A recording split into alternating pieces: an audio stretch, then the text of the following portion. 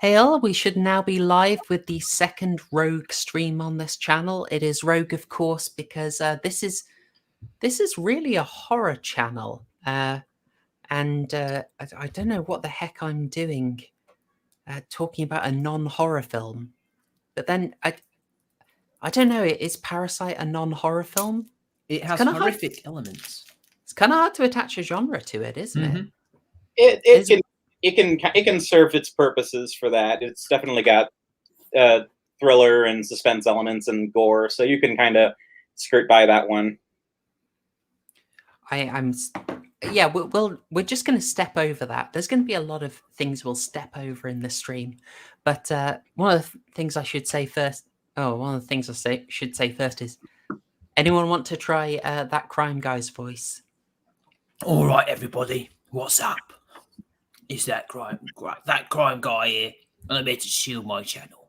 Oh, that is fantastic! I feel my true crime needs have been met already. Oh. Ed Gein was a clown. Oh, was it Ed Gein? I don't know. We haven't covered it. I think he might have. I'll take us off the topic. I'll take us off the topic and get us straight to the meat of the stream. Basically, introducing a returning guest, Mitch. How are you doing? How you doing, Fortnite gamers? You keep it so relevant every time. I know, right? I'm not even a Zoomer. And a first-time guest on the channel, Tyler Hummel. How are you doing? I'm doing well. I hope you're all doing good too. Absolutely grand. You, I think, may have seen more of the director Bong Joon Ho's film than anyone else on the stream, but Mitch, you seem to have seen Parasite the most. So yes. I don't know who's got the expert status here. Well, I saw it 3 times yet. I only noticed more stuff about it on the 4th viewing. It's a layered film. You're gonna pick up a heck of a lot as you go along. I noticed more of the payoffs in this one than I did the last time. Oh, so many. So many. How would you like to tell me how you came to see this film 3 times in the cinema? Because that is impressive. Right, so basically my nan had seen it once or twice before. And she said, you need to see this. Why don't you come with me? So I did. And we loved it so much, we watched it 3 times. This is also the same nan who recommended me Audition. Oh, gosh. Wow.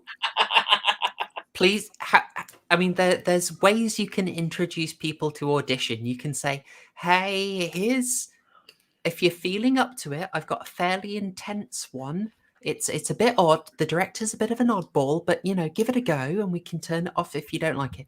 Or you can go with, hey, there's this Japanese romance film. Do you want to give it a try? Oh, she knew what it was.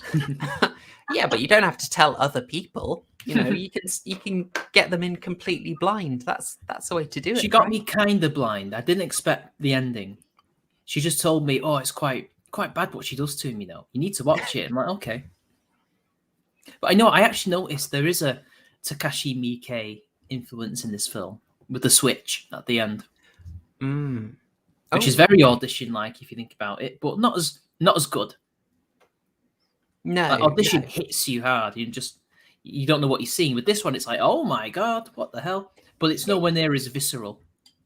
No, that is what Miike goes for. He goes for very strong viscerality. Well, we came to do this slightly rogue stream because I've been on a bit of a Korean horror binge. On the main sort of focus on the channel, we've been doing K-horrors, so a little arc of those to widen what we cover, and we have had mixed results. Some of the co-hosts have hated the films, and sometimes they've really hated the films.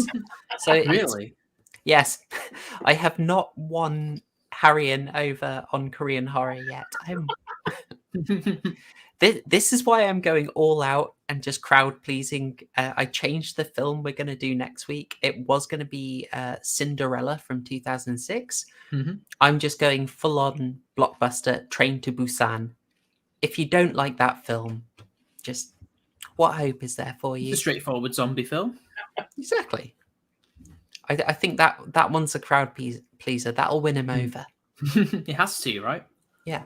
But in discussing the Korean horror, I just ended up discussing other Korean films and realizing like this was a film I really wanted to talk about. The first Rogue stream we did was about The World's End and presenting 3 different readings for it. With Parasite, we really only wanted to talk about, well, one reading that I found quite weird. Is Parasite is positioned, a lot of the time when it's being talked about, is positioned as an anti-capitalist movie or a critique of late-stage capitalism. And that didn't sit particularly well with me. Remember, it was actually in the media, not the professionals, obviously, who all tend to have a lot of respect for each other. The media placed this against Joker like they were rival films for the Oscar. And Joker is far more it's on the nose anti-capitalist. Why do you think in the subway scene it's the Wall Street guys that are beating up Arthur when it should have been street hoodlums? And actually, I watched an actual Justice Warrior video. He was talking about a guy who shot 4 muggers in the New York Underground or subway in the 80s, and that created this whole news story about vigilantism and things like that, and that influenced that scene. Only in real life, it was 4 black criminals as opposed to 3 white yuppies. I mean, even if they just done white criminals, which definitely do exist in New York, it would have been far more realistic. But I guess maybe the director's like, I can't risk it. I don't know. Well, it's but that is far more on the nose than Parasite is. It's something I thought about talking about, but to be honest, I think everyone's had a Joker take. I don't know if I'd be saying anything new, but yeah, the idea that Joker, let's quickly get it out there. The idea that Joker is this super subversive film, it's like, it's really not. They're quite clear that the reason the city's falling apart is elite corruption and the underfunding of public services. I mean, there's a slight subversive element to it, though, because the director was going on about how he couldn't make his comedies anymore because of censorship. So maybe that video was him letting out his anger as well. Oh, it's in there. I did mention that, yeah. So there is that element. It's not red-pilled or anything, but I think if he could make the film he really wanted to make, it wouldn't be Joker, let's be honest. I would really hope he can make that film now. I'd like to think if you put $1 billion into Hollywood's pockets, you can pretty much make anything. But it's not necessarily the money, it's the will, isn't it? And they tend to censor themselves in Hollywood and always have done. Oh, yes. But anyway, let's get back on topic to Parasite. Yeah, absolutely. So one of the, we were saying this pre-stream, I'll just repeat it for everyone. The reason we're having this discussion is I read the behind-the-scenes stuff, the trivia about the title, and apparently the title was a bit controversial because it's a bit edgy. And the director clarified that the term parasite wasn't just about the working class / underclass Kim family, but it was actually meant to be bi-directional. It was meant to refer to the wealthy Park family as well. I think at this point, probably just in case people haven't seen Parasite, is anyone up for giving like a 3-minute summary? Do you want me to do so? Go for it. Right. So Parasite is about they're not downtrodden. Let's do that again. Parasite is about a family that has fallen on hard times. The 2 heads of the household, Mr. and Mrs. Kim, are unemployed. The kids either failed to get into university or are unemployed themselves. They managed to get a little job doing pizza boxes, like they set up pizza boxes. That falls through because they're rubbish at it. And then Kim Jr., which is not his real name, his English name is Kevin, which we'll explain later on. Kevin, his mate turns up out of the blue, who chases off the local drunk and says, why don't you why don't you do this thing for me? I'm going over to another country. I think it's like America or something. I need you to look after my future girlfriend and teach her English. Trust me, all these yuppie rich people, they're idiots. They'll pay you good money, especially if I recommend you. And so he does. And from then on, he develops this plan, although it's not quite shown how he develops a plan. It just happens. And then the family take over these jobs from these other people. And then we see them rise up a little bit. And then all hell breaks loose, which we will get into. Yeah. So I've already seen Desiccated Limbs. You said you haven't seen it. It is a great film. We're probably going to spoil a fair amount of it. Yeah, I'd recommend that you watch it. Like, I think you should only watch the preamble and then go and watch the film. Because I really don't want people to be spoiled, but we have to spoil it for the stream. Yeah, there's some bits we really can't talk around or explain without going into it. So just watch it. It's an absolute joy. I mean, stick around if you don't mind being spoiled. But there are some big surprises in it. You spoiled it already. Okay. All right. Well, thank you for sticking around. Maybe I'm just fussy about it. Maybe I'm. It's one of those films that you must not spoil. No, absolutely okay. But if you don't mind it, Desiccated Limbs, that's good. You stick with us. Okay.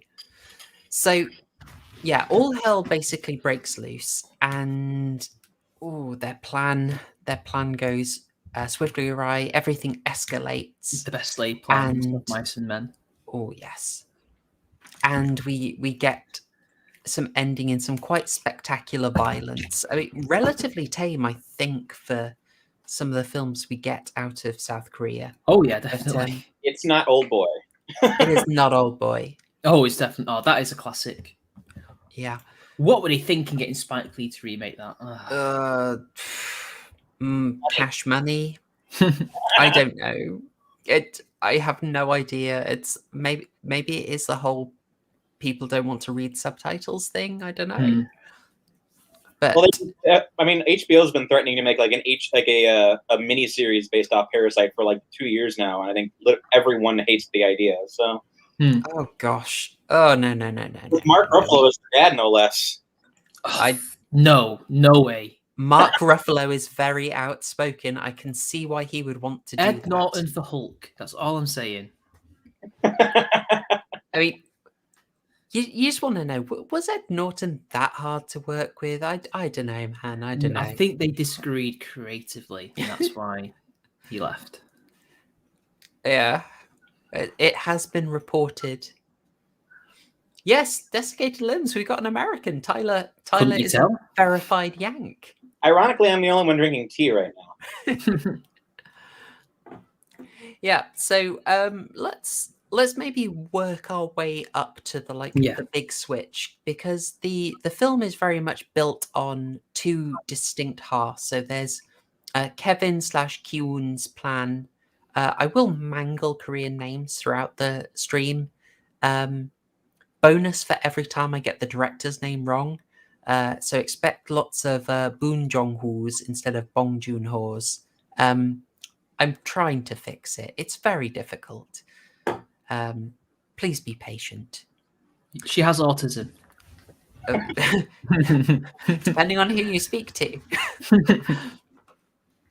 So let's. Yeah, the first half, like almost directly to halfway through the film, is Kevin's plan. It's getting into the wealthy Park household, which is a bit of an architectural marvel, and then slowly kicking the other workers out and getting the rest of his family employed, as Mitch summarized.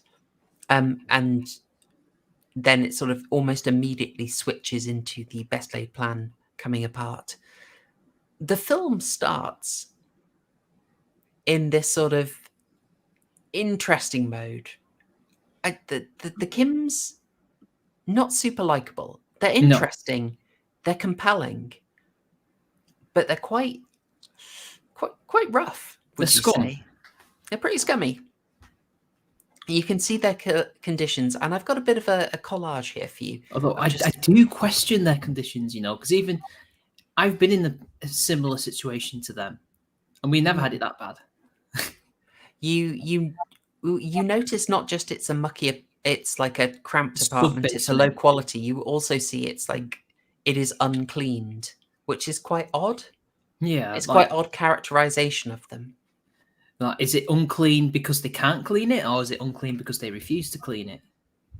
You wonder about that, but you also see, you know, they're trying to nick Wi-Fi, and it's quite fun. I think we can maybe empathize with that, even when you're somewhere else and you're trying to pick up some signal. True, get but when into it's this- in your own home, I mean, even at my poorest, I had broadband. Well, You know, it's a point in the story that the first like major event is that their phones get cut off, so they can't access their free call apps. That they're that poor that they can't even like pay their bills at all.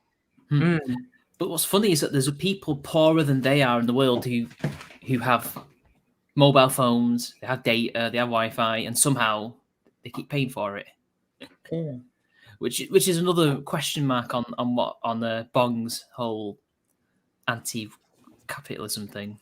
Well, because in real life, it's people are far more affluent even when they're poor than this. it is a constant refrain of if you know any sort of I don't know what the term would be, but maybe at least non-anti-capitalist economists, they would just compare standard of living now to standard of living 100 years ago and say, like, come on. South Korea, you only have to go back 50 years to see how massively different it is. But you do get this kind of endearing sequence. This is, even if they're a bit scummy, let's be honest, they're kind of charming. Yeah. Especially Ki Jung, who is best girl. I was working out how to phrase that. But yeah, Ki Jung, best girl. Absolutely. Wonderful. The dynamic that they're trying to set up here, I think, is fair. It's trying to say, like, these are good people. They're in a crappy situation, but they're inventive. You know, they've got their hands on the Wi-Fi. They're doing this pizza job. They're doing it cooperatively. You know, they're all working together to fold the boxes. And what I got from that is it's trying to say, look, they're having to do this sort of degrading work. Well, only a bloody bourgeois filmmaker would say that such work is degrading. That's what I was picking up.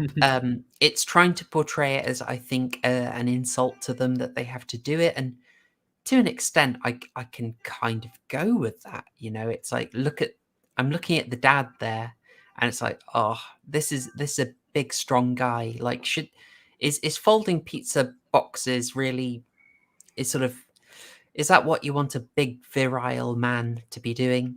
And obviously not, but at the same time, right, somebody has to do it, and it is bringing in income, which if they save, which suggests they're not really saving it very well. Totally, you know, right. Because all four of them are being paid for this, they're still in the same position. Yeah. If they just work hard and save up, they actually would be able to get somewhere better. Or even last long enough with this job to get a better job. It only took one of them to get one of those jobs, and they were in a much better position. Yeah, but they're definitely trying to set up this dynamic that the work is kind of beneath them, that the work is humiliating. Like, they have, I think it is meant to be quite funny, and yeah, I do like it. I laughed. Like the small pizza place talking about their brand. Yeah, you know, it's like, and like, well, this is going to affect us. It's like, I mean, but it does. Those little things do affect you. I think it's great that they do have pride in their setup. Obviously, like, they want the boxes to be good quality. Which to me, you lose our sympathy for them after that. Totally. Well, this is why I got that frame. Is like, they are. It's unashamed that they are manipulators, and that they have their loyalty. And this is kind of a tension in the film, because I think it's very clear that they are morally ambiguous at best. You know, in a tough world, they are looking out for themselves and their family. I'm trying to make the best case for them here. But the thing But is, you we're also meant see to them intimidate sympathise. and manipulate. Yes, you are. We're meant Absolutely. to, but I can't. I not even my nan did. No, I don't think anybody in cinema, when I saw it 3 times, sympathised with them. Mm. Tyler, what was your take on this bit, on the use of sort of portraying the work as, or the portrayal of this sort of work in their opening situation? I mean, it depends what kind of prejudices you come to it with. I mean, if you're of the more libertarian, do-it-yourself kind of persuasion, you're going to see them fundamentally as very lazy, incompetent people that can't function almost at any level, and that are just so deeply flawed that they just kind of, they're eaten up by their inability to just kind of do anything. But if you're of the more, I'm going to say, Bong Joon Ho, Labor Party, whatever you want to call it, anti-capitalist kind of feel, you're probably going to be seeing like red flags everywhere. It's like, oh, like they're being exploited for their labor. They're starving. They can't do anything. They're trapped in this system. They can't break out of it. I mean, as the film goes on, the implication throughout the rest of the film is that trying to kind of be upwardly mobile is a fallacy for them. So I think again, it just, in terms of what you think of them as individuals, it really just depends on what your prejudices.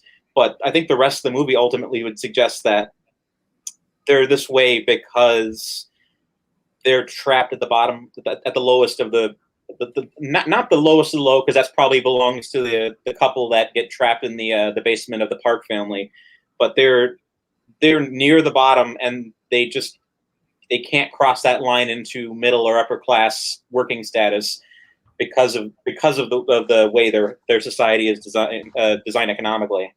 But when you actually look at the history of South Korea, that's patently false, because he wouldn't be where he is if it wasn't for the system that created the economic marvel that it is today. 50 years ago, North Korea was richer and better developed than South Korea. Now it's the complete opposite. I'm not disagreeing with you economically. I know. You're playing devil's advocate. I'm just, I'm being the angel here. So sure, and I'm just looking at this through what the film I think is trying to say, especially in light of Bong Joon Ho basically saying that he thinks that they're the victims of the situation in some degree. It says a lot that the socialist who's lazy, a lazy filmmaker, would sympathise with the lazy good for nothings. That really makes it funnier for us, certainly. Well, that's an interesting one, because there's one really important thing that, okay, possibly I'm going to look stupid at this point. You may have picked up a whole lot that I didn't, but one thing that I think is really key here is we really don't get any explanation for why they are in this situation. No. It's blank slate, and it's presented like this is a thing that happens a lot in being a lot more political than I would usually be on my channel. This is a thing that happens a lot in interventionist anti-capitalist arguments, is to present things with no historical context. And so, like, this person is in bad situation, something has to be done. Although I will say that when he's talking to his mate, essentially both his parents, they imply that both the parents lost their jobs at a similar time. The but mother, they don't explain why. Yeah, how? Did you pick up that the mother is an Olympian? Well, it didn't say she was an Olympian, just that she did sports. I don't think that's an Olympic medal, is it? No, she has an Olympic medal. Is it? Oh, yeah. I was reading. This was in one of the interviews I was reading. I was like, oh my gosh. So it's got sort of a fall from grace. I interpreted a little bit from Ki-woo, Kevin, the son. We'll go back and forth on the names, guys. Stick with us. His relationship with Min is like, I don't know, that somehow they were going to the same good school. They were cadets as well. Yeah, like in the national service. Well, maybe that's how they got the connection. Mm-hmm. That must be it. There must be childhood friends who also ended up doing their national service together. So people who don't know, in South Korea, because of the very real threat of North Korea, every young male, I don't know about women, I don't know if they changed it, every male over the age of 18, might be slightly older, has to go and do their national service. But this is actually important in the film as well, by the way. Oh yes. Yeah, so we get these little hints. Like, I sort of got the feeling that maybe the parents knew Min's parents, just from the way they talked about getting the gift. I thought, but this is just vibes. We don't get anything really solid about it. I mean, Min seems to be very close with the entire family because he just kind of casually walks up and everyone greets him. True. And he So seems to be the upwardly mobile one as well. He gives them the gift of the what is it called, the philosopher or the scholar rock? Scholar rock. Scholar's rock. I could not work that out. I was assuming that's a somewhat expensive gift. At least it looks like that. If I would walk into a shop and try to buy something like that, it looks like it's a relatively nice gift that he's just giving it to them. So my assumption is he's slightly better off than the rest of them, but he's still of a relatively similar kind of financial class. Like maybe he's middle class and he's just friends with them because he's known them since the whole family was roughly at the same kind of status as them. That might be it. I couldn't quite work out the message of that thing, what it was meant to symbolize, you know? Men of the Rock. The Rock, yeah. Well, it's like a Korean folklore thing, isn't it? Yeah. There's like one line of dialogue where they kind of offhandedly say it's an omen of financial prosperity. So if you give it to someone, then you're basically saying this family is going to prosper financially in the near future. Which, given what ends up happening to The Rock in the film's finale, that's meant to be kind of ironic. I guess so. Yes, no, it's not a joke on the philosopher. It's a literal rock. It's a cultural thing. It may have been interestingly translated, but it was interesting. So yeah, we for how this is setting up its argument. So we've got the fact that they are presented tabula rasa. They're just in a bad situation. We don't know how they got there. So it's effectively saying you can't ask what contributed to this. They're just in a bad situation, and they're doing demeaning work, or we're meant to see it as demeaning. And then the film starts. One of its big angles that I think that you notice constantly is it's talking about nepotism. It's quite critical of I would say any idea of meritocracy, because it's basically saying you get where you get through nepotism. So that's from Min, or not just nepotism actually, but credentialism. Did you guys pick this up? Yeah, kind of. But Min wouldn't have. Go on, Tyler. Sorry. I kind of picked up in my last reading that the movie has like elements of a heist film, and it's kind of equating that with the idea of social mobility. So the family genuinely believes that the only way to become rich and successful is to steal from someone else, or at least to just kind of draw a little bit of their kind of wealth and prosperity to them. And by the time you get like the middle hour point where they're at their peak of the schemes working, they're basically at the point where they're like, we're going to marry into the family, and we're gonna take their wealth and just bring in this huge swath of actors and just make the plan even larger and more complex. We'll basically they're just going to outlive the Park family and then just kind of take all of their stuff for granted and not ever work for it in the same way that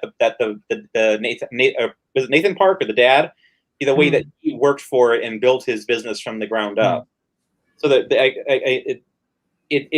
it's conflating the idea that social mobility really isn't possible for them, at least in theory, like that, at least from their perspective. Well, I mean, there's two characters that contradict it, which is Min and Nathan, and then there's also what was I going to say before? What was the question? Proper horror show. It was whether you agree that one of the film's main critiques is credentialism and meritocracy. Min would not have recommended him if he didn't think he had some kind of merit. Precisely. And again, he did teach the daughter English and a bit of French, I think, as well. Possibly, and also it's very clear that Ki Jung, best girl, has artistic ability, and was teaching the kid. He was already pretty good at art, some new tricks. So it's not, and the father's a good driver, and the mother's a good cook and housekeeper. So like, they are there on merit in a sense. I mean, yeah, they were recommended, but the rich family doesn't have to take that recommendation. But because they trust somebody who's already proven themselves to be a good worker, they think, oh, you know what? If they say he's good, they're good. We'll do it. And that's not the same thing as nepotism. Nepotism is, oh, I'm just going to hire my nephew because it's my nephew. I don't care if they're good or bad. I'll put them in this semi-managerial position and watch my company suffer. But I don't care because I get a psychic profit and I feel good. That's nepotism. But what this isn't nepotism. This is, I guess it's credentialism. But again, I mean, the whole film industry is based on that. It's hypocritical. It certainly is. They're straight up. Tyler, I'm sorry, go on. No, I was going to say, were you coming in there? Go ahead.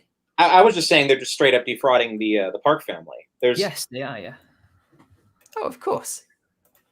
There's no merit to what they're doing. They're lying just to get by and be able to find some way to kind of nuzzle a little bit of money here and there, even though there's almost no value what they're doing beyond just the basic cooking and cleaning, which for the most part they're not doing. I mean, I think the son, he can speak English, just I guess to some degree, so he actually can kind of teach his way through that situation. But especially what the daughter's doing, she's just straight up Googling art therapy and talking her way through the rest of it. And beyond that, it's clear that they're going out of their way to just kind of make it look like they're professional when they're just kind of. Yeah. Oh, definitely. The guy, she's too cute. I thought, is it distracting? She's very distracting. But she's best girl. She is best girl. Oh, we'll have her up for a minute more. You know. I actually have a bonk. I'm going to bonk myself. Hang on a sec. You can make it. Yeah, so I'll just set up some of the evidence that they do for nepotism being the way. So they have, Kevin nominally only gets a job because of Min's recommendation, and then Ki-jung gets her job through Kevin. They then get Mr. Kim in, who then gets a mum in, and also Mr. Kim manages to get Mrs. Kim in via this exclusive card, this idea of sort of, this is a Vanguard veteran service. And they're like, so that's a bit of credentialism. And there's credentialism as well with the presentation, like the forging of the documents to say, look, I'm really good at English because I have this certificate. And there's a final one that I just want to bring up for the credentialism, which is this at the end of the film when, guys, we said we'd go spoily, when Kiwoo is in hospital and a policeman is trying to read him his rights, and he just laughs at the policeman. And it's this idea as well, it's just like the idea of the authority is not valid there. It's because he doesn't look like a policeman because he's a fresh-faced new detective. He's just young. And the doctor apparently doesn't sound like a doctor. Maybe he's got a rough accent, but because they're speaking Korean, I don't know what a working class accent would be, But you know what's funny about the whole card, the premium business thing? Why didn't he Google it? You do wonder, don't you? He's a tech giant. He's in like a tech company. You think he would know how to do that? Or maybe a secretary would fix it for him. Yeah, exactly, which I think is weird. So, I mean, that very much relates to the parallel point of the first point, the presentation of the Kims, is a presentation of the Parks. So, as part of the criticism, I think it's really important to say how they portray the Parks as, I think, effectively being incapable, not really deserving the wealth, would you say? I don't know about that. That's what he thinks, the director, after the fact. But there's nothing in the film that suggests they don't deserve it, because he's very clearly a self-made businessman. Like Nathan, like you can see, in some of the artwork there, he's on the cover of a magazine, and I can't remember exactly what it is, but it implies like he's the new, fresh-faced businessman that's come out of nowhere, right? And when me and my nan were talking about it, we thought, well, yeah, they're not perfect. They're not they're not nice people. Well, but this is near the end where Mrs. Kim says they're only nice because they got so much money they kind of have to be. But I don't think that's the case. I think they are just nice. I mean, he has a bit of a mean streak, the Mr. Park, but his wife seems very caring and seems very nice and only wants the best for her and her children, even the workers too. Well, yeah, and they just come across as a bit snobbish, but they're naive and also quite nice at the same time. But a I little don't think bit.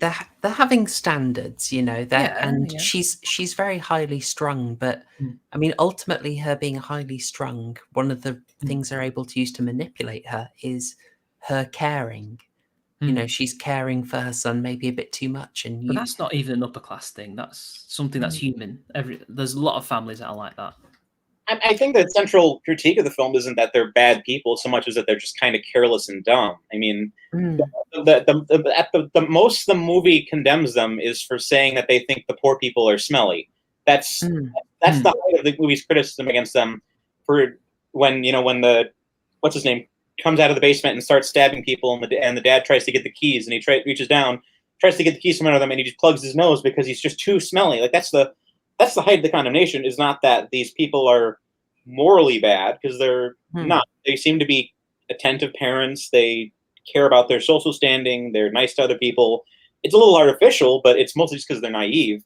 For the most part, I think the problem is just that, like Mitch said, that line of they're only nice because they can afford to be. I think that's the core of the film's frustration with them isn't that they're not nice. It's just that the fact that they have money allows them to be really naive and rude, and while other people are out there actually suffering. And we see that during the rain scene where the nice rich house at the top of the hill is the rain is just a thing where the kid, that's not a big deal. The kid can go out and play in his teepee, and it's no big deal. But down the road, down at the bottom of the staircase, everything is flooding, and the Kim family is losing all their possessions. So the money is just a means of allowing them not to have to deal with what other people are dealing with, and more so than a moral condemnation. Yes makes a weird comment about saying poor people are smelly by comparison. Actually, it's funny. They're not smelly because they smell bad. I think from my life living in working class areas in Manchester, I think they wear too much deodorant and aftershave and stuff. In a sense, There's an interesting point here from Desiccated Limbs. That is a good catch. Yes, the wife is a little pretentious, bless her. Yeah, she wants cheap ramen noodles, but slap some sirloin on. But she's no different to Hyacinth Bouquet, is she? Who's a working class woman who pretends to be upper class. Yeah. So, but I think the film does rely on sort of saying like there's a sort of injustice that she gets to be so silly with the money, and they have to strive for it, and it does try and it's working on a kind of envy here, but it's not. Well, there's a reason they call it the politics of envy. Yeah, I mean that's a problem. It doesn't communicate it well for me, and it's if the criticism of this as late stage capitalism is relying on it is wrong for the wife, Mrs. Park, not to want to wash the dishes or do all the cooking, and that's the problem with it. I mean, I can try and make some of those criticisms from a different point of view. Remember, these are the same people that say that women who do all these chores and stuff at the home are getting unpaid emotional labor or God knows house labor or whatever. Yet they don't like people being housekeepers and butlers. It seems it's a very modern point of view. I think you see there's a lot of stability in the work. It's relying on the idea of that work is inherently sort of demeaning, which I think is not a viewpoint that I can particularly go with. I mean, I could say myself that I think there's a certain amount of satisfaction that I think she is missing by not doing the managing of the house as directly herself. but that is very much my own prejudice, you know. But the thing is, it's implied that it's not even really her. Well, it is her choice ultimately. It's a decision made by both her and her husband, but it's because she's terrible at it. Not that she doesn't want to do it. Mm. She's Yes, just awful. yes. Yeah. But what I find funny is that they basically say that, this family doesn't deserve their wealth, even though he clearly built this South Korean company. He's not heading like Microsoft Korea, is he? It's his own local business that he made himself. At what point do we say this amount of wealth is acceptable to have, and what is not? Like, are we all do we all have to be poor in order to be equal? Which is their answer is yes. Obviously, just look at North Korea. Well, gosh, well, it's sort of. I thought it was very interesting that they actually make fun of North Korea in this film. Yes, they do. Yeah, because I've seen maybe a dozen, 20 Korean movies. This is the only one that has mentioned North Korea at all. Yeah. Except for your Taegukgi, which was about the Korean War. So. Although I do think that this was a bit Oscar bait in this film, which is why they do tend to speak a bit. I think the family are kind of not Anglophiles but USophiles, Americophiles. So I don't know if this is a Korean thing.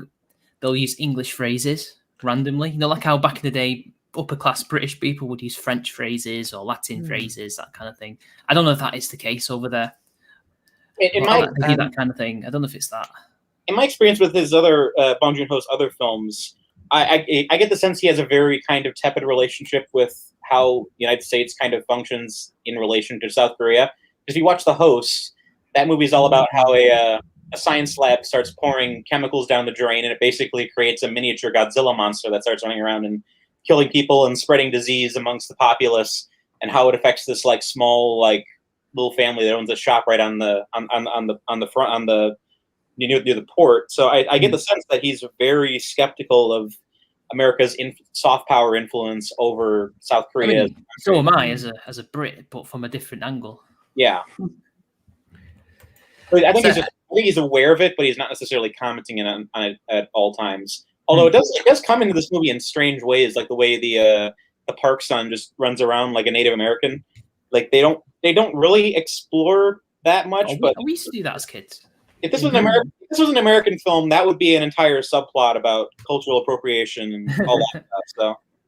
So, even in Britain, we do that, like cowboys and Indians and things like that. Sure, I'm just saying if this wasn't South Korean, that would be drawing a little more attention nowadays. There's very much, from what I understand, a sort of idea of like. Well, I suppose you have it everywhere, to be honest. Like, the more upwardly mobile, the higher class you are, the more global you are. You know, you want to be all over the world, and it's great if you're dropping a little bit of English in. Like, a shallow example is the Japanese clothes that just have random English writing on, random English lines in Japanese songs. I don't. Well, know they do how that. my They don't do it Korean song randomly is in for that. Japanese music, though. That is on purpose. Well, for emphasis, of course, but yes, it pops up in unexpected marketability, isn't it? That's places. Yeah. So it's in there a bit. They are demonstrating status by moving towards more westernized modes. There, that is in there.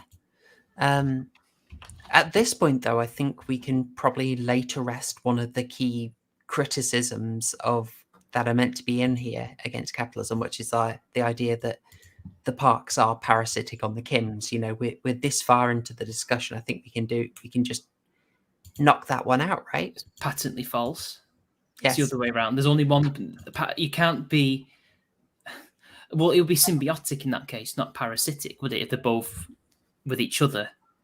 A parasite only happens one way. That's why a tapeworm is considered a parasite.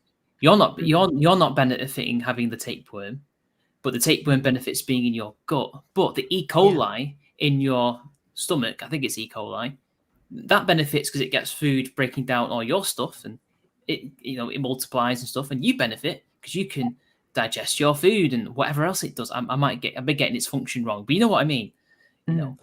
That's a symbiotic relationship. That's good. but a parasitic relationship is fundamentally bad for one party.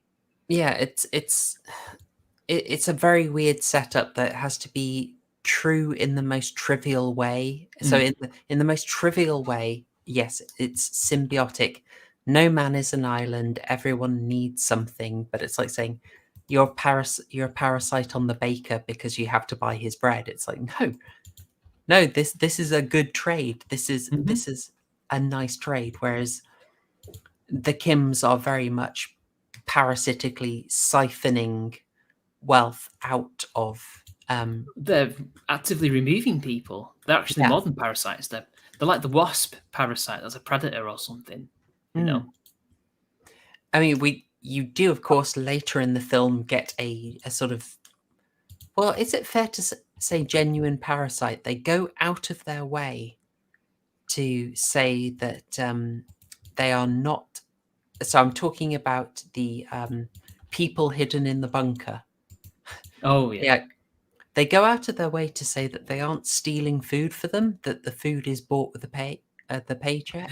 Yeah, when the reveal happens and she explains why he's there, and the Mrs. Kim says, "Oh, you just stole the food from the fridge," and she's like, "No, I literally went to the shop and bought this with my own money." Because it is her money if it's given to her by her employers. She can do with it what she wants. The dad seems to suggest otherwise, though. At one point, that she's basically like eating for two people. So it's possible that she is possible. Yeah, she's taking some of the park's food and then just kind of siphoning it, or the man's crawling up there at night and stealing food while no one's awake. So it could be more overtly parasitic than it seems. Yeah. I'm just thinking like images of parasitism. The second they're left alone, they trash the place, they booze it up, and I can see they're sort of letting their hair down, so much to speak, but like the whole thing is they're stealing the stuff here. They've wormed their way in. Kevin's working on worming his way into the daughter, you know. It's hoping to like be a part of the family that way. I could have really used better phrasing there than worming in, but that's what came out on the fly. It's not a bad descriptor, though, because they are being very slippery and disingenuous and sneaky about the way they're doing it. But the film seems to pretty much overtly say that the plan is not going to work. I mean, the dad has that one line in the car where he's like, we don't like people that cross the lines, and it's clear the movie's kind of drawing a line between these two families and saying like you just can't mix the two of them for very long without their true selves kind of coming out. And it's clear that it has kind of economic implications to it too, where I mean, I think I keep coming back to the theme of social mobility being the fundamental question of the film, which ends up being the final shot of the film too. So how much do you think the movie allows for the possibility of social mobility at all outside of fraud? Oh, that's an interesting one. They're very set on credentialism. And there is this idea, as we said, that it's the idea that actually the Kims can totally do the job. They're just kept out and therefore have to be dishonest to get it. Ooh.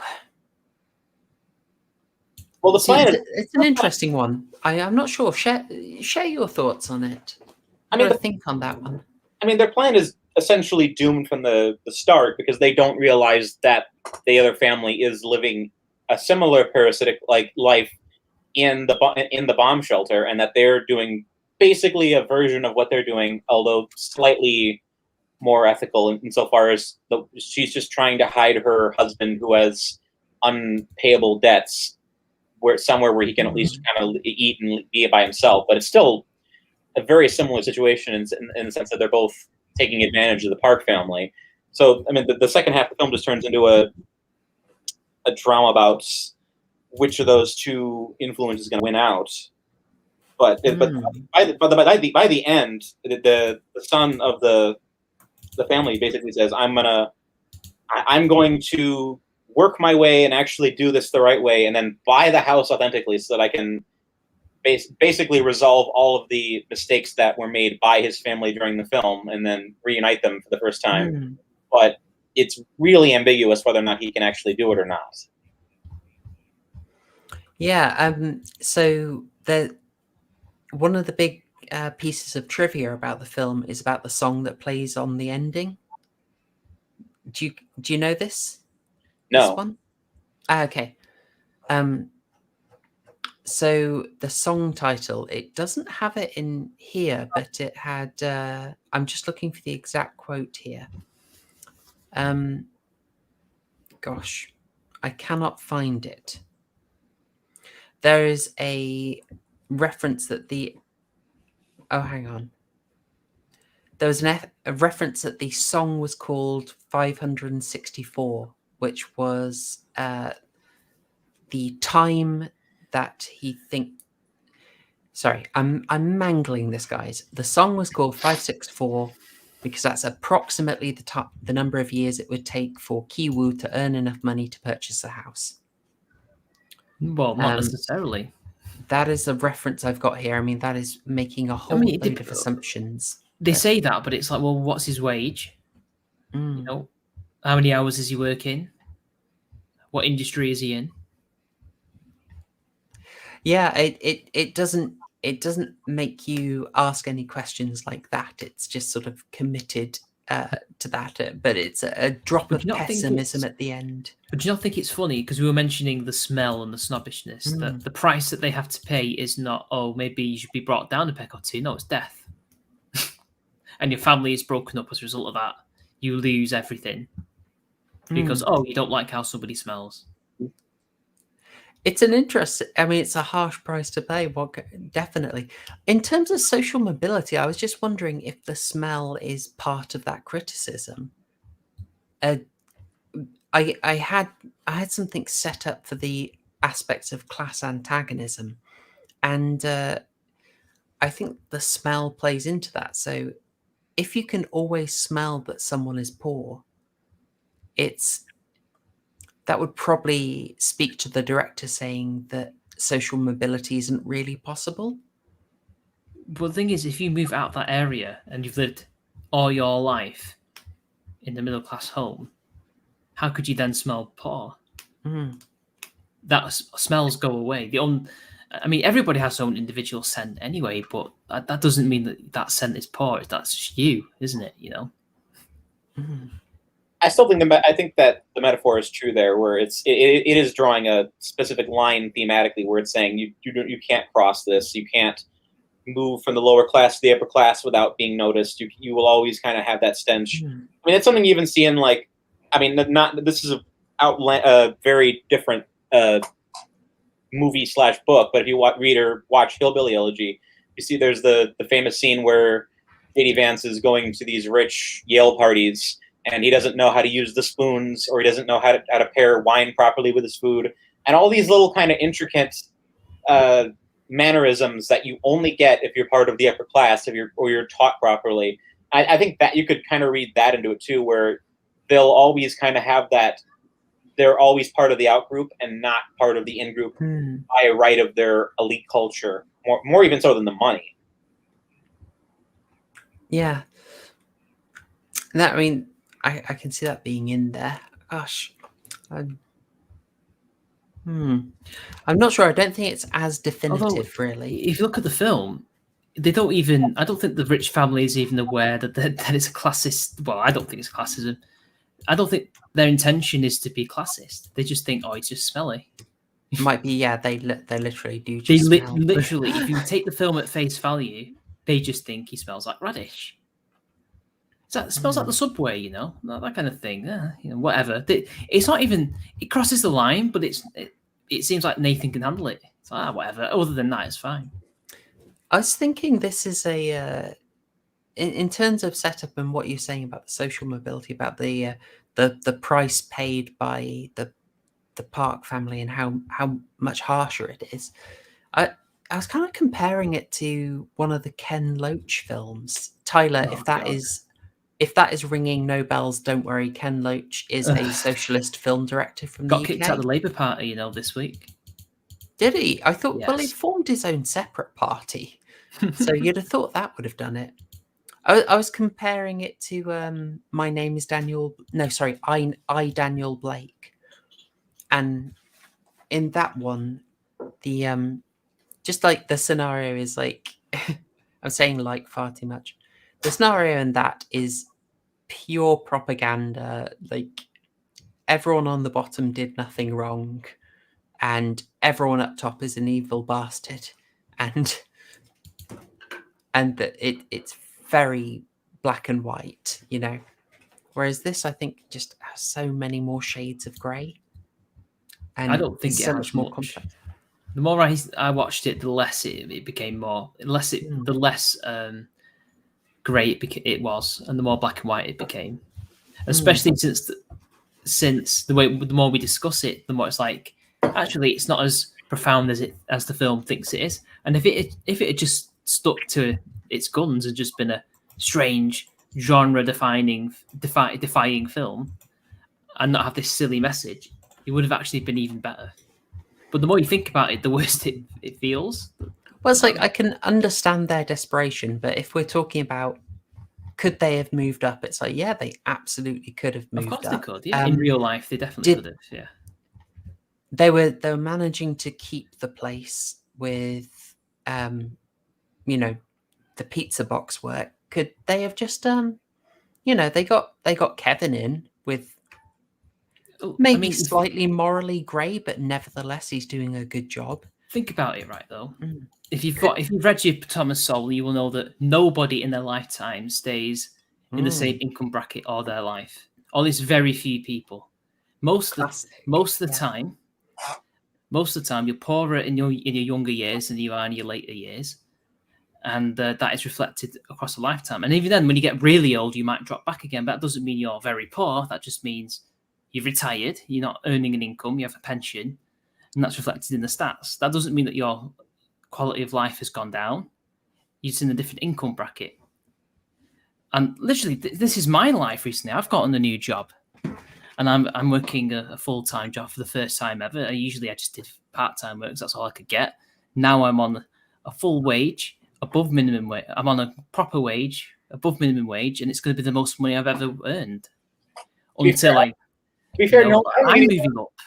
I don't think anyone in the Labour Party has read Thomas Sowell, so I would, and we might have to plead ignorance on. But they will be aware of that though, anyway, regardless. Yeah, but nobody stays in the same income bracket. I'm curious. Even Keynesians are aware of that. I'm curious what Bong Joon Ho's actual original income bracket was, because my assumption is that must have come from just watching all of his movies, because poverty is the base state of every single one of his characters in every single one of his films. I'm curious if he actually did come from a very poor background. No, he doesn't. I'm looking now. He doesn't. He comes from a well-to-do family. His dad was a graphic designer, industrial designer, and professor of art at Yungnam, while his mum was a housewife. I was going to say, what's worse, him coming from a poor family and then becoming an immensely successful director and saying that there's no such thing as wealth inequality, or him never having been poor, telling the poor people that there's no such thing as social mobility? Both, but it's worse when the champagne socialist says it. How revealing. Well, thank goodness for the early life section on Wikipedia. Exactly. So this man has never known what it's like to be poor, and yet he's lecturing me, who does know what it's like to be at least relatively poor. Yeah, but it's like it's insulting, even though I love the film. It's a great film. As just a thriller, it's great. But when he tries to, but as a preachy leftist film, it's awful. That kind of brings up a question I was curious to ask you, because how does this film square up as a film by itself if you ignore the politics versus how you read it, knowing that it's a message? Because I mean, when this film came out, you brought up Joker. I thought the other prescient comparison to make was Get Out, because this film, like Get Out, was completely beloved by the critics establishment for the exact same reasons. Like even when you take out the good storytelling or the comedy or any of that elements, it's being praised by champagne socialists as a movie whose values they believe in. So how do you divorce that? I mean, I would say that, okay, the analogy we use on the channel a fair amount is that a film is like a cake, and story is the body. Themes are like the cherries and the sprinkles, and a nice hefty story with the sprinkles of the theme, perfect. But you can have the cake that doesn't have the deep symbolism and messaging and still enjoy it, but you can't serve someone just a plate of sprinkles and cherries.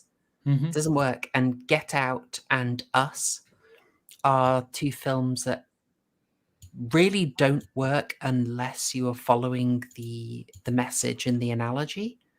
As in, the plot only makes sense if you're trying to deliver a certain message. Parasite can just be a really weird story. Mm-hmm. You do not need to do the kind of analysis that we're doing right now on it. You can I didn't literally notice just it on my enjoy it. first two, hell, even three Mm. viewings. Although the more I've watched it, and because I've heard about all of this, I saw it on Wikipedia the first time where I saw the criticism of late stage capitalism. I thought, well, you what? Where? But you have to look really deep to find it, because it's such a ham-fisted way that he's done it that it just doesn't make sense. Some of it, I mean, let's be. I can criticize the messaging of. What's a good example? I'll go with Invisible Man. Invisible Man is a film all about the Me Too movement and about domestic violence and about how you are not taken seriously. And it's a brilliant analogy. Like, literally, a woman is terrorized by something that official sources just cannot see.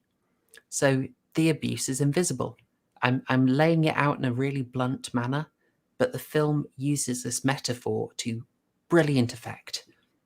Even though it's flawed, because they're not ignored, and they are taken seriously. Well, yeah, of course. It's men that aren't taken seriously. Male victims aren't. If it was, you do not need to tell me, but trust me. But it's my point is, you can enjoy that film without the message. The message isn't blared out. It's there. It's just a good allegory, well told with creative symbolism.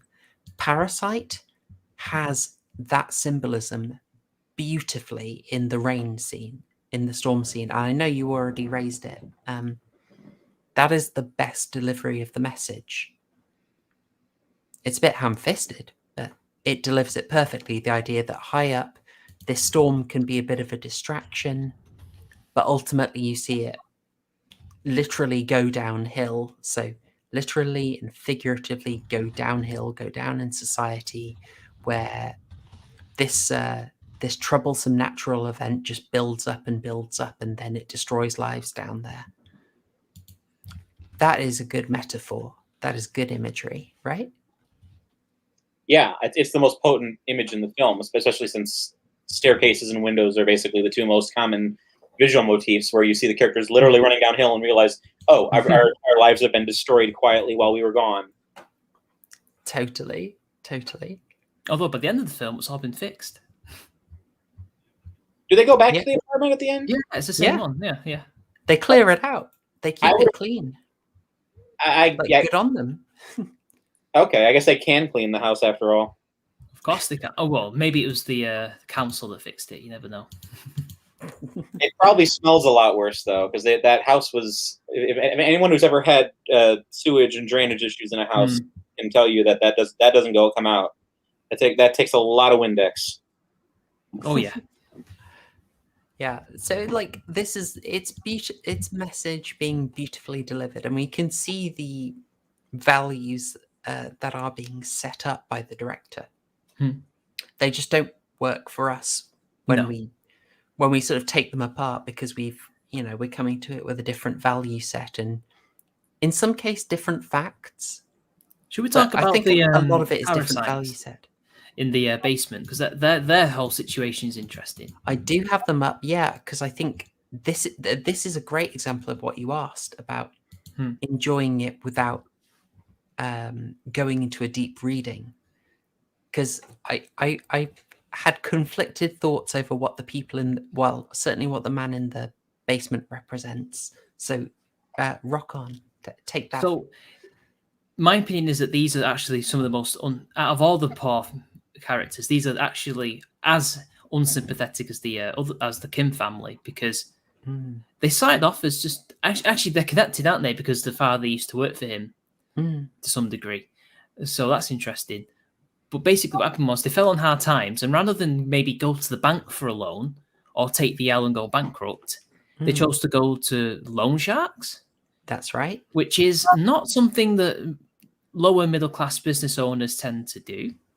They will go to legitimate businesses to get loans or pawn off things in order to stay afloat, or take the L and maybe they might have to take a lower end job somewhere, but they will always be if they're entrepreneurial anyway, they'll be thinking, all right, what's the next idea? What's the next business going to be like? That's what they're actually like. But for some reason they went for loan sharks. And that's their own fault. They willingly chose to go to those people, even though they were in a difficult situation, as I know. But there were other options that they could have took. And yet this man chose to put his life on the line for a bit of money, which didn't work out in the end. And then for some reason, out of all the things they could have done, this is why if you actually really closely examine the film, it begins to fall apart, which is really bad because it's such a good film. This might be a question about. Wait. He could have left the country. He could have left Seoul. I think it's set in Seoul. He could have gone to all these other places, but he chose to stay in a basement and go mad. But this might just be a reflection of different countries having different finance rules. I mean, there's Stephen Michael Davis has a good video on loan sharks, where countries that don't have readable availability of easy access to what are they called? Like cash for there's like cash. I forget what they're called, but those stores where you can go in and get like $500 and it has like insane rates of return on that. Oh, do you mean like check cashing businesses? Yeah. Countries that don't have those, loan sharks are very common among like the lower class, and so I could believe that this guy just it depending on how South Korea's economic situation works when it comes to paying back loans, that this guy might in a pinch go to a loan shark, get screwed over, and then just be so financially destitute that he just needs to go into hiding. So it really depends on what South Korea's actual laws are, and if they do have any sort of infrastructure for helping small businesses out. I imagine they do, otherwise they wouldn't have been so successful. I mean, look at Samsung. That's a South Korean business, and it's Apple's biggest competitor, so they must have something. It's one of those things where you don't want to get into a sort of just black and white discussion of loan sharks good, loan sharks bad, because obviously in our country we've got Wonga, who are quite disgraceful, frankly, but you wonder what is going on to mean that you don't have more friendly competitors. Although to me it's immaterial whether or not it's a good loan shark or a bad one. The fact is that he made the decision to do that. It is true. Yeah, he has a freedom to do it, and it's possible he took a hard fall, but you don't have any information on what risks he took. Did he try and cling on to something clearly failing? And should he have, as you say, taken the L, got some basic work, and then thought of a plan too? You just don't know, and it's far too complex to simply reduce down to it's bad, it's late stage capitalism. I mean, my brain's immediately connecting to you. Have either of you seen Kurosawa's High and Low? I've not seen High and Low yet. No, I've seen a lot of his films though.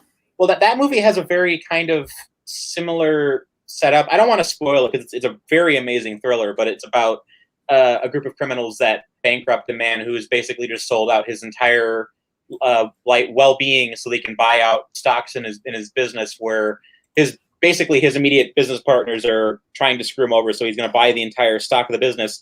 And then all of a sudden, his family friend's son gets kidnapped, and basically the kidnapper says, "I want a sum of money that's equivalent to the money you just took out to buy your loan." So the implication being he's not going. If he can either pay the ransom to buy this kid out, or he can go on with his plan to buy out the loan, and it would if he does the latter, it's going to bankrupt him.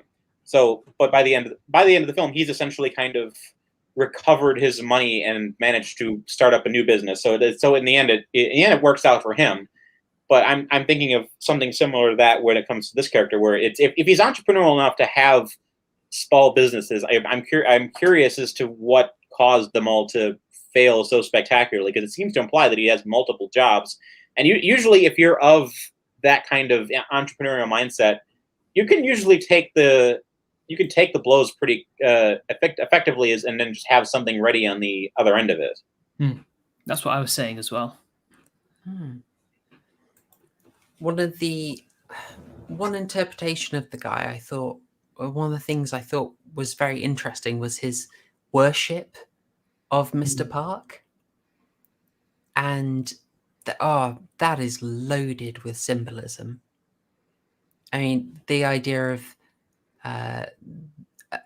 Mr. Park, sort of your sort of CEO, high corporate gods, effectively. So they've replaced the values, and now you're just going to worship the corporations.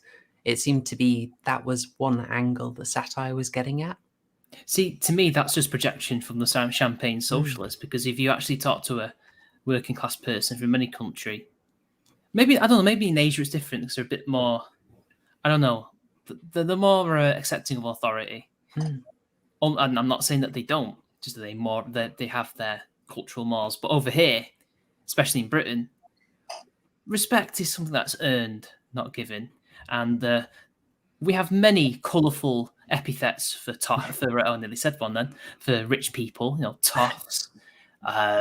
What else? Is there any others? Can you think of any? Just poshos, silver spoon. Posho, silver spoon, blue-blooded.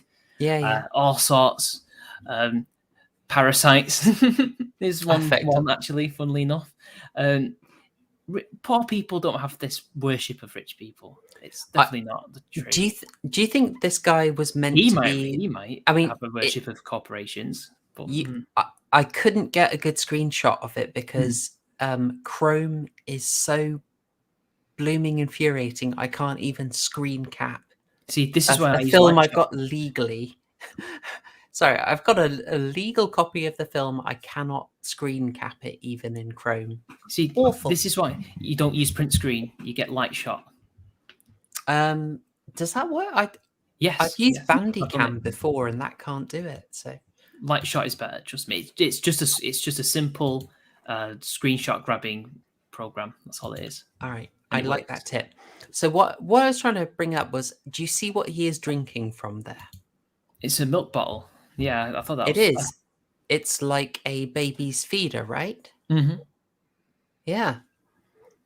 And like that is clear. He's infantilized. He's been infantilized by the system. I think that's a director saying this capable man has been broken down. He's been infantilized by the late stage capitalism, and now he's just a little baby worshipping. It's such projection. The big corporate. It's very projection, and it gets a bit ridiculous when you see it. I also think like the worship is maybe the director trying to bring in that idea of like false consciousness. Do you think?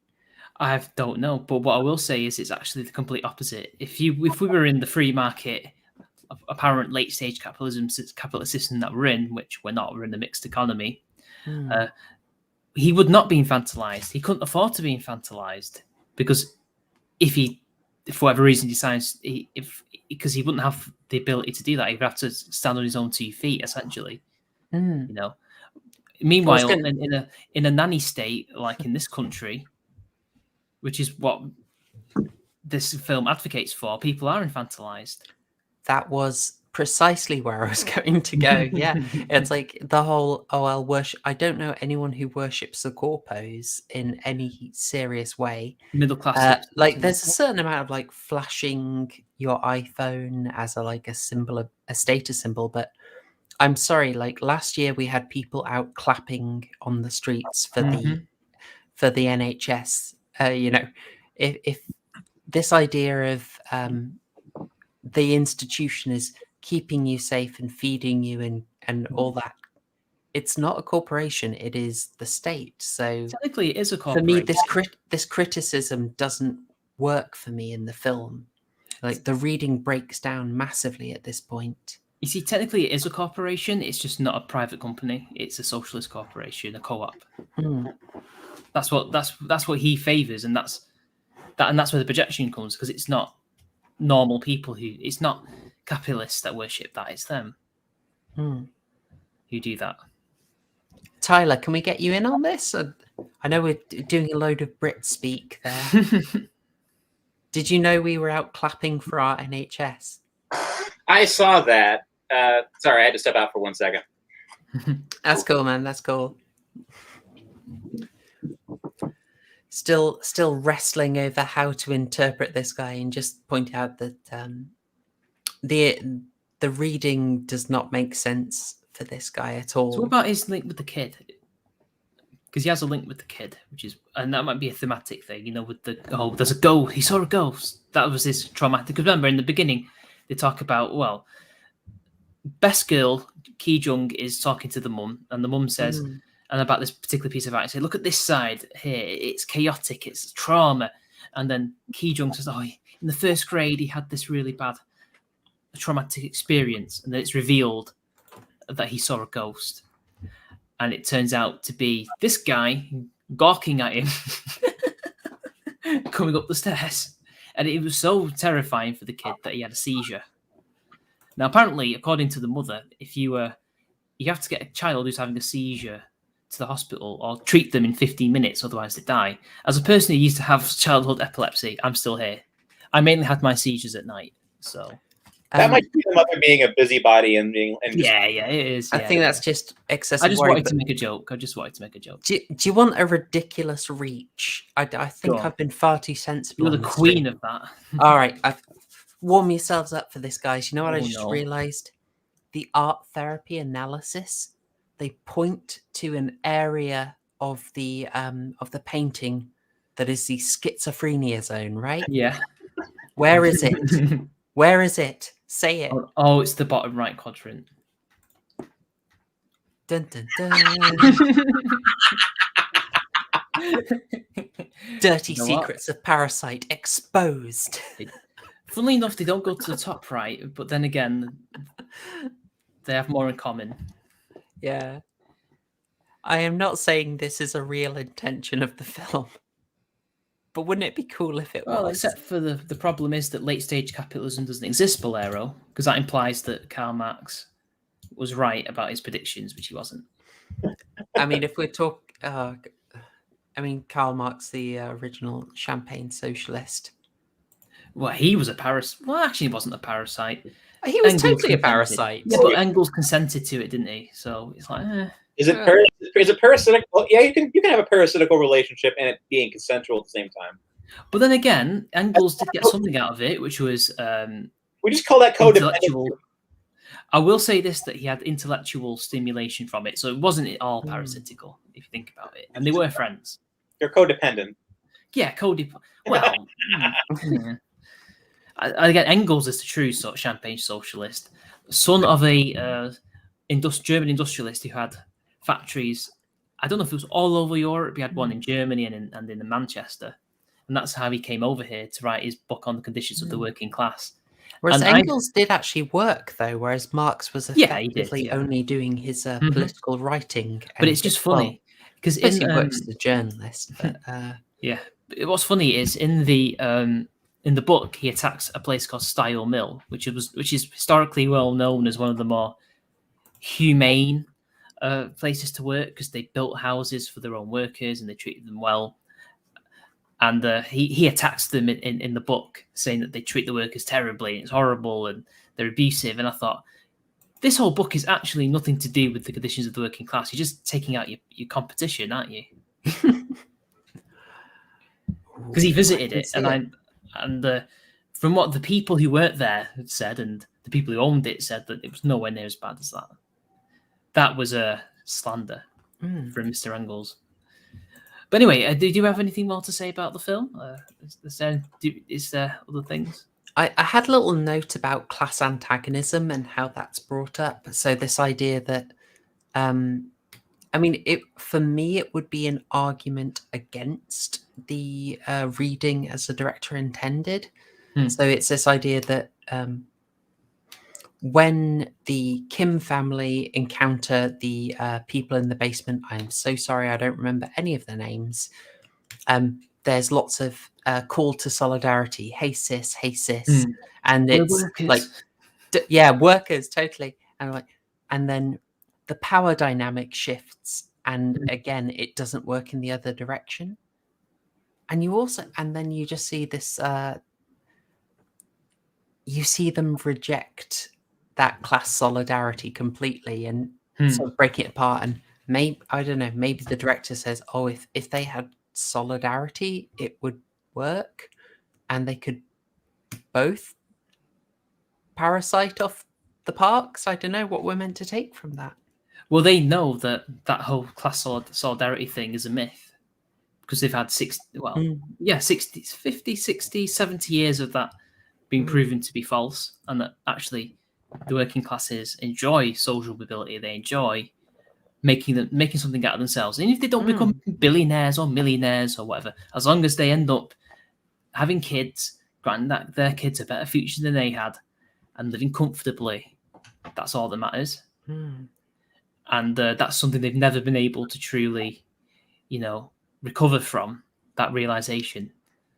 But the thing is, class antagonism is only between the two poor families, and that's nothing to do with the rich family. They didn't cause any of that. They didn't even know that man was down there. And in fact, this is what I find interesting, that they can't bring themselves to just fire the driver for being. He's not a well. He actually is implied he's a bit of a Jack the Lad, maybe not a pervert because he was chatting up with the best girl, but who wouldn't? Who wouldn't? Yeah.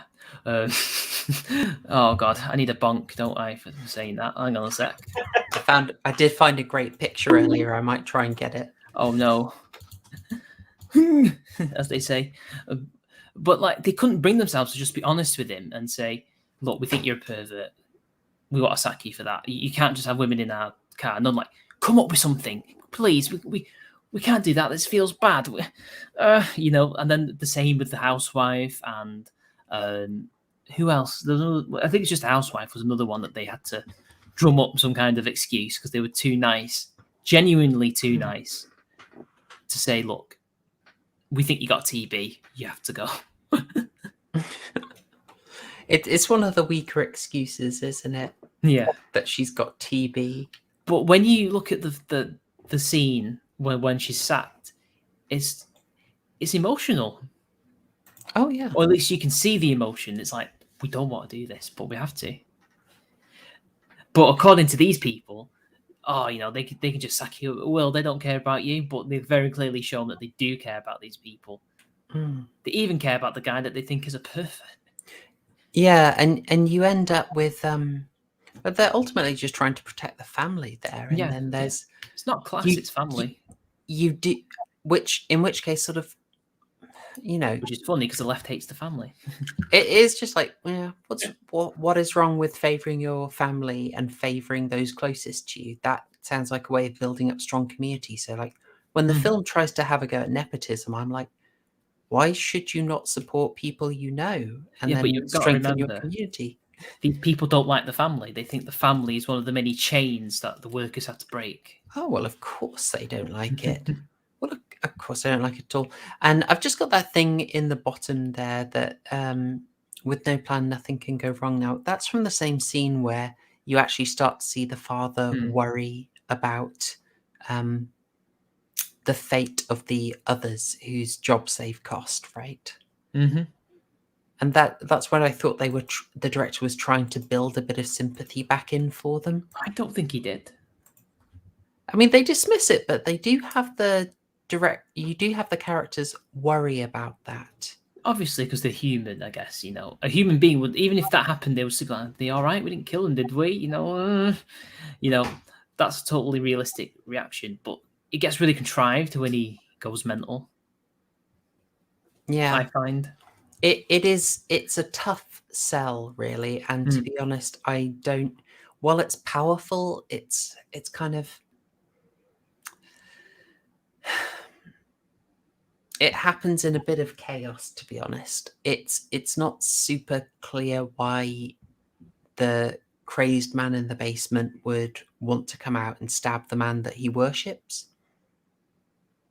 Well, he didn't go out to stab him. He went to stab them because they killed his wife accidentally. I suppose so. Sorry, yeah, I've misunderstood that. I've messed that up. My bad. That raises a question I've been wanting to ask specifically about the final the climax, essentially, when the Kim dad stabs the Park dad. Do you think that moment is earned to the point where it seems to be kind of, because the implication of that scene is that this is supposed to be kind of the epitome of the film's class frustration, where the poor dad finally takes out his rage on the rich dad, and then tentatively gets away with it, but only in the most like non-committal sense, because now he is forced to live in the house for basically the rest of his life because there's nowhere else he can go where he's not going to be considered a murderer. It's so contrived, and I don't think it's something that's earned by the film, because it seems random. I mean, I guess they do kind of build it up a little bit, you know, when he has that drunken argument, then it's just tricked you, didn't I? I wasn't actually being violent. It is effectively like, we have to remember it happens in an incredibly tight period. So they've got everything they wanted. They're all in the house. They've had a big drinking session, and then everything goes wrong. They find out about the stuff in the basement. Then they're flooded out. They spend the night sleeping on the floor of a hastily assembled, I suppose, support center, and then they're called back in, and he has to sort of schlep around after Mrs. Park at her sort of most frivolous and silly, and he's starting to snap, and then he's finally sort of made to do this sort of humiliating thing where he has to be a Native American and then be defeated by the young boy of the Parks. And I can sort of see it just sort of being humiliation upon humiliation upon humiliation. But I've been humiliated many, many times throughout my life. It's a hard sell. It's bullshit. Oh, I swore. Sorry. Mitch. Straw, ironically, comes. It's okay. It's not the first 5 minutes, so you should be okay. You're not monetized. It's fine. But yeah, the moment the final straw though for that stabbing scene though is him finally kind of ironically having some level of class solidarity with the man, because the thing that makes him finally do it is the connection that the Park father smells him, and he also thinks he's smelly. So he just kind of, it seems that the moment that actually breaks him, that makes him want to do that, is the realization that he shares something with this man. That he killed his daughter, though. He kills her, and yet he gets solidarity with him. That is a sell that cannot be sold. The dilemma. Well, hang on. The dilemma for him is that he was being told to effectively abandon his daughter, and then for the other guy's son, and then there's the humiliation. That's a dynamic, though. That's a dynamic. And then it just says, "Give me the keys. We need to get to the hospital," which implies that they'll take her, and the son, because they have a big car. There's room for both. I think the priority was clearly towards the son, but then you have on top of that the humiliating angle. I disagree. Still, then he abandons her anyway and runs into the bloody cellar. So yeah, but I still don't see why that makes Mr. Park the object of hate. No, I don't see it. I could see him being angrier at the wife, like he's been more humiliated by her. Although I suppose it was Mr. Park who talked about the smell and how much he smelled. But for a film that I absolutely love, this is still a great film that I recommend to everyone. This is a tiny bit of a stretch. I'll compare it to another one. Do you guys know Lady Vengeance? Heard of it, but I've never seen it. Okay. I'll talk obliquely because I know some people in the chat are people I want to see the whole Vengeance trilogy, and they haven't. Talking obliquely, the end of Lady Vengeance is set up on a moral dilemma or what is presented as a moral dilemma. That unfortunately for me, it's just like, there is no dilemma here. This is awesome. Do you know what I'm talking about, Tyler, if you've seen it? It's been a while, so yeah, I can't say for sure what you mean. Okay. I'll just say it was something. Yeah, it was something that was meant to be a tough moral choice, and I'm like, no, there is no moral choice here. Do it, do it, do it. People, if you've seen that film, I think you know what I mean. But we'll keep it oblique. Here, it was a weird sell. There isn't really enough cause here for Mr. Park to be the cause of an object of enmity, I think. I mean, it's interesting insofar as this is the moment where the entire the long con breaks, because up until now, up until this very second, the Park family still believes what's going on. They don't understand why this guy is running to their party with a knife, but they still could feasibly believe that these people they've known for months are still who they are, up until the moment where they get stabbed, and suddenly all the secrets just start flowing out, tentatively off screen. But the movie is asking you essentially to believe that every moment of failure and frustration that they felt from the moment of the halfway point until now is cathartically paid off in this moment where all of his resentment and frustration is let go in that way. And it's interesting then that's what makes the entire well, obviously when you stab someone, that people start asking questions, but I don't know where else to take that line of thought. No, it's fine. It's fine. Oh, there was something I wanted to point out that I noticed in this scene that also was one. It was kind of like when they mocked North Korea, was just one of those weird little moments where I thought, is this a comment against capitalism? Really? Like, so they're mocking. So the rich guests at the party are objects of derision, right? You know, they're having it easy, they're having a fun, silly, frivolous time, and don't they know how many people are suffering? One of those guests starts singing An die Freude, or Ode to Joy, the anthem of the European Union. I was like, interesting. Interesting that a group you're criticizing is singing that. I've just seen this come up. Desiccated Limbs, not only have we seen American Mary, we have already streamed about it. If you look in my playlist for Double Feature Horror Show, it is in there. I think it is one of our best discussions, because it is a film with a very interesting concept that went completely bananas. But yeah, watch that. You should enjoy our discussion on it. I hope you do anyway. So ultimately, do you want to sort of wrap up conclusions now for what the film's trying to present? Basically, it's trying to create this weird criticism of capitalism. In many ways, I feel like it may have been something that they tried to add in the editing room. I don't think this is something that was necessarily in the script, truthfully. But they tried to make this as Hollywood friendly as possible, which is why there's the whole thing with North Korea, all this stuff about Korean culture, you know, with the stuff about national service, because that's actually part of the plot. Because the man in the basement communicates via Morse code, and as he says to Mr. Park, you and me in our generation, we were taught, we would know this. It's Morse code, isn't it? Right. So all these little things in North Korea, and also the hand-fisted message, it's Oscar bait.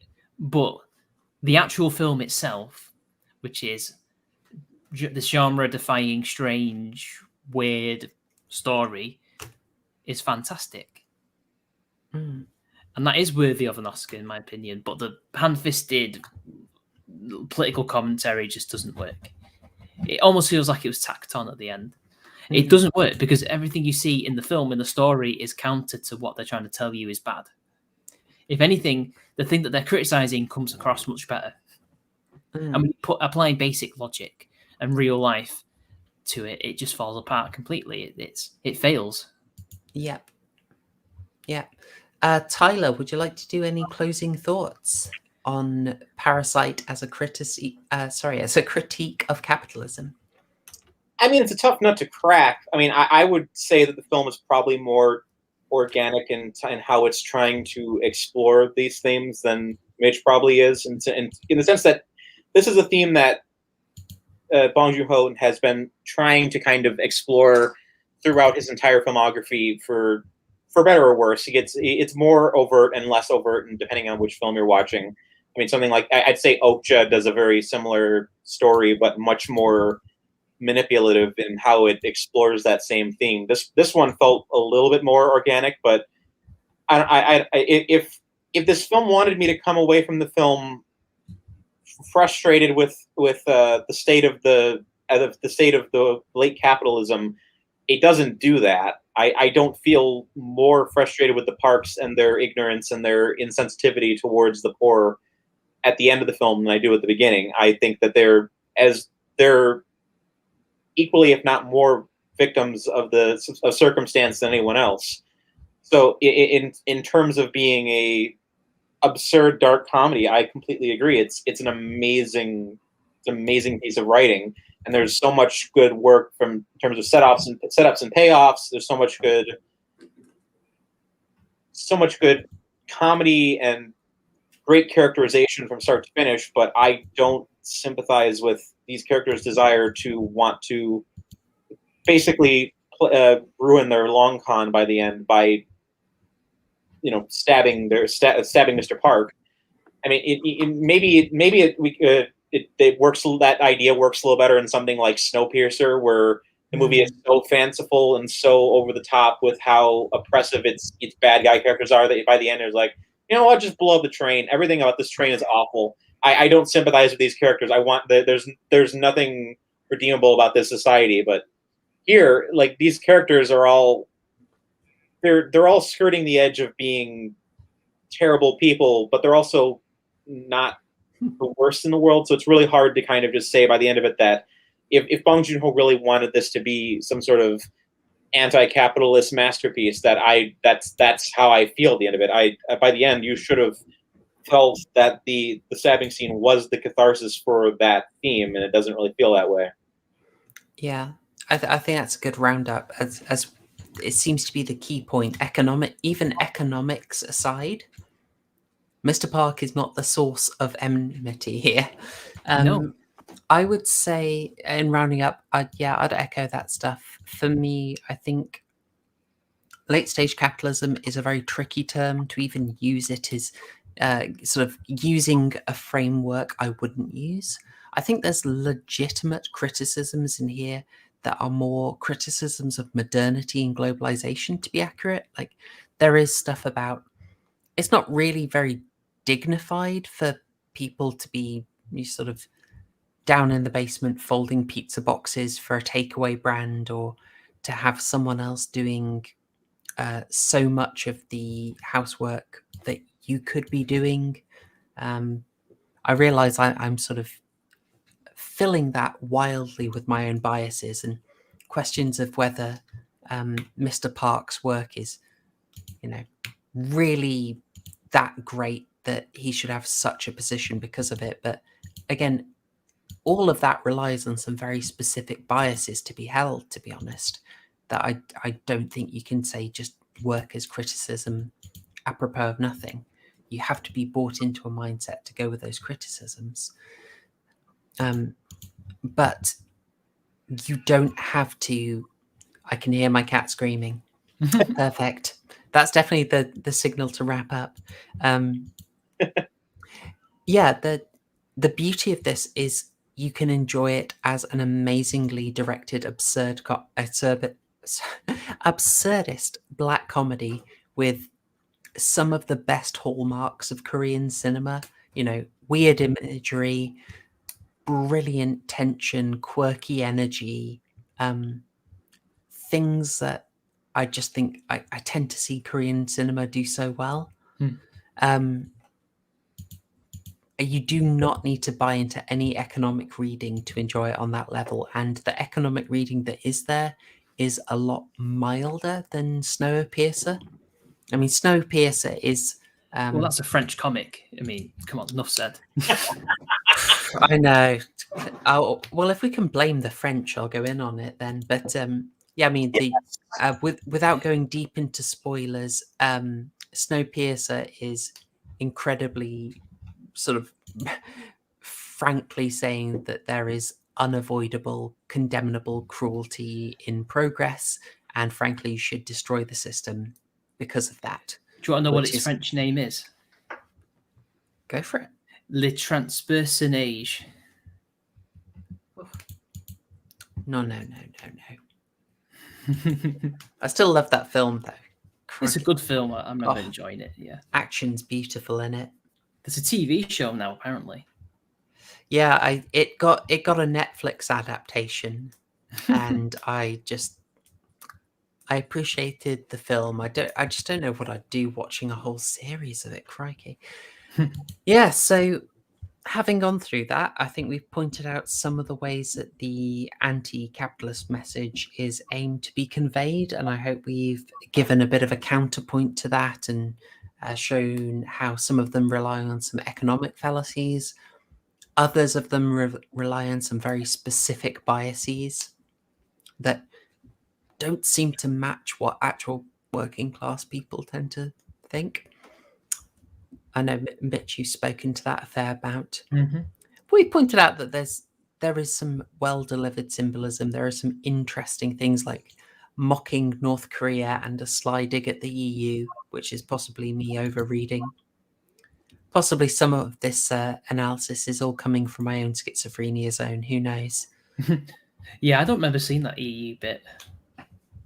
It's just literally one of the Ponzi guests is singing Andy Freude, and I picked up on that. Oh, wow. Well, Old Joy is also a very popular song. I mean, like the ending of Get Smart involves that song too. So I guess I wouldn't necessarily call that a dig at the EU, but if that is what they intended, that is funny. I mean, it's the weirdest way to do it. Yeah, like I don't know if Bong Joon Ho dislikes globalism and technocratic socialism and all that stuff. I would assume he thinks the EU is probably a good thing. I would think he would as well, but he clearly, I don't know, put some kind of limit on it, given that he then had multiple digs at North Korea in the film. Yeah, so hopefully we've given people a fair bit to think about in the film. If they haven't seen it, they absolutely should. This is a Oscar winner that you should actually watch. And I'll probably wrap things up about here. Mitch, is first of all, thank you for coming on again. Is there anything you'd like to shill? Just my channel. A new video literally was posted as we were doing this little analysis of Parasite. It's the second and hopefully last, but never say never video on Chris Chan. It's a bit spicier. It's about the misgendering debate. Yes, there was a misgendering debate about him, even though there was this crime that he allegedly committed. And I take jabs at one person, one trap that we all know and love. Oh, well, not you, obviously. I love it when people do that, so I'll look out for that. No, I will have a look at that. And Tyler, thanks for coming on. Sure, I appreciate getting to talk. Yeah, sure. Is there anything you'd like to share? Absolutely. I have my own podcast called The Antisocial Network on YouTube and Apple Podcasts. And if you want to find my actual film writing, I mostly work at Geeks Under Grace and Cultural Review, and I also do some journalism work for College Fix, but that's mostly political in nature. So if you want to just find my stuff, go find my Twitter at antisocialcritic without the C at the end, and you can kind of get a sense of where all of my stuff is. I've written a lot of one-off articles for tons of random websites. Yeah. Both your links are in the description for the video. Tyler, have you done any podcasts on any There, I did it. Gosh darn it! I was trying so hard all stream. I got his name wrong. Have you done any podcasts on Bong Joon Ho? Not specific. Or any other Korean films? I'd have to double back, but I don't think I've ever done anything specifically on Korean cinema. My film podcasts tend to be a little bit more topical about what's going on and what's the big thing right now. Like I think the last big film review I did was for Zack Snyder's Justice League, just because I have to be on top of the SEO. So. Oh, of course. I refuse to watch any of his films. That's fair. I have watched 2. I've seen 300 and I've seen Batman vs Superman, and I don't want to see any more. Watchmen has a very special place in my heart as a guilty pleasure. Oh gosh, yeah. I swear I had the comic and it disappeared. Maybe I never had it. You can find used copies of Watchmen literally everywhere nowadays. But you go check the dollar store; they might have one. Oh no, I didn't buy it. It was all in my head. Oh, well, I just checked my Amazon. Well, folks, I don't know when I'm going to go rogue again. But to be honest, there are so many films I would absolutely love to talk about. It's limiting myself to just the Tuesday horror stream is a bit hard. So I can see a going rogue stream in the future, to be honest. But next time you can catch us on this channel is going to be on Tuesday, as ever, our regular Tuesday night live stream. We are covering Train to Busan because I'm shamelessly trying to get Harry in to rate at least one of these Korean horror films a 12 out of 12. I don't even care. It's blatant. Maybe I'll pay for him to get a little boozed up before or something, so he's in a good mood. I don't know. They can't all be failures with him. I'll just be so gutted. Anyway, that is the plan. Tuesday, Train to Busan at 8. I'm doing a whole load of filming this weekend, so there may be some other stuff coming out.